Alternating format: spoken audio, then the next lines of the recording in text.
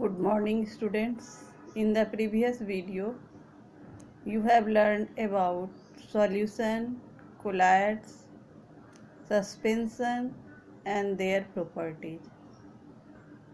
Today I am explaining difference between solution, suspension, colloids on the basis of their properties. First property is nature.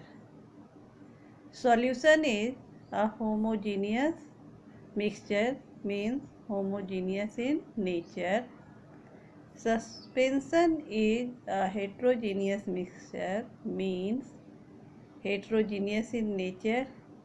Colloids is also heterogeneous in nature. Second property is stability. Solution is stable, suspension is unstable, and colloids is quite stable. Third property is particle size. Size of the particle in solution is less than 1 nanometer. In suspension, more than 100 nanometer, and in colloids between 1 nanometer to 100 nanometer. And the fourth property is filtration criteria. The particle size is very small, therefore it cannot be separated by simple filtration process in the solution. The particles of suspension is separated by filtration, and in colloids the solute particles is also between 1 nanometer to 100 nanometer, therefore they also cannot be separated by simple filtration process. Solution cannot show Tyndall effect. Suspension show Tyndall effect, and colloids also show Tyndall effect. Colloids are big enough to scatter a beam of light, therefore it shows Tyndall effect. Next property is transparency. The solution is transparent, suspension is opaque, and colloids is translucent.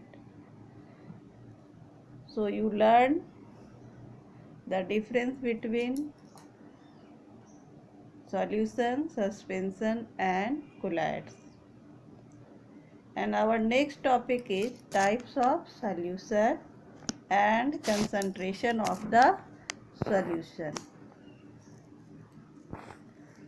On the basis of amount of solute present in the solution, there are two types of solution: saturated solution and unsaturated solution. First one is saturated solution. I will try to explain this. First you take a beaker or glass and take 100 ml of water in it and add some amount of common salt in it and dissolve it with the help of glass rod or spoon.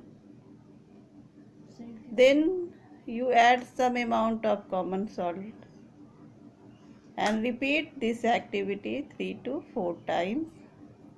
You observed that a point is reached when no more common salt is dissolved in this 100 ml of water. Means a point is reached when no more solute is added in the solution at the same temperature. This means solution is saturated. So we defined saturated solution as at constant temperature when no more solute is dissolved in a solution, the solution is known as saturated solution. And the amount of solute present in a saturated solution is called its solubility. I repeat once, the amount of solute present in a saturated solution is called its solubility. On the other hand, unsaturated solution is defined as the solution in which a solute can be dissolved at a given temperature is known as unsaturated solution. And concentration of a solution. Concentration of a solution means the amount of solute present in a given amount of solvent or solution. Or concentration of solution is equal to amount of solute divided by amount of solvent or amount of solute divided by amount of solution. The concentration of a solution can be expressed by various ways. In your syllabus, it is determined by two ways, mass by mass percentage or as mass by volume percentage. Mass by mass percentage of solution is equal to mass of solute divided by mass of solution into 100. And other way, mass by volume percentage. Mass by volume percentage of a solution is equal to mass of solute divided by volume of solution into 100. So these are the two ways for determining the concentration of a solution. One numerical is given for you to understand how we calculate concentration of the solution.